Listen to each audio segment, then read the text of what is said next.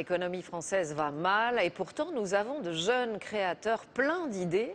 Le problème c'est que les banques et les institutions ne leur font pas forcément confiance.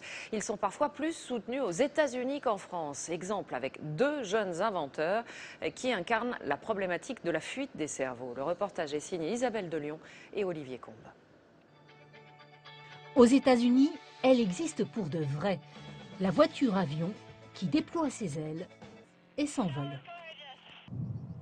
En France, cela fait 4 ans que Gary Chorostecki et François Buron essayent de faire décoller leur propre projet sans succès.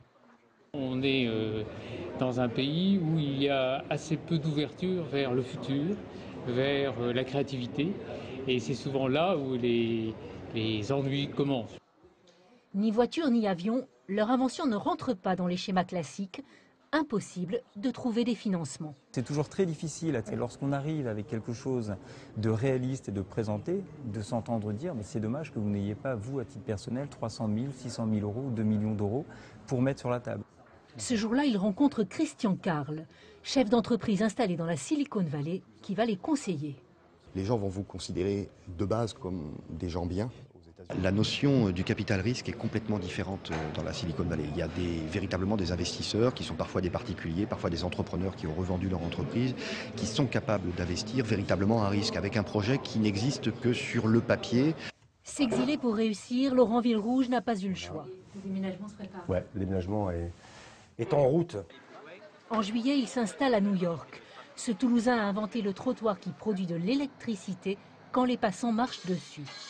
Mais ni les organismes publics, ni les banques privées n'ont voulu le suivre. La première réponse que l'on a eue, mais est-ce qu'il y a une réelle valeur ajoutée et technologique à ce sujet? Et derrière, je signais, en même temps qu'il me disait ça, je signais avec l'Université de New York. Un élu de Toulouse l'avait accompagné jusqu'à la Commission européenne à Bruxelles, sans succès. Financer du prototype, c'est financer du risque, puisqu'il y a une chance de gagner et une chance de perdre. Et là-dessus, je dirais que l'institution et le milieu bancaire n'est pas au rendez-vous du financement. À Toulouse, les dalles expérimentales ont été remplacées par du béton.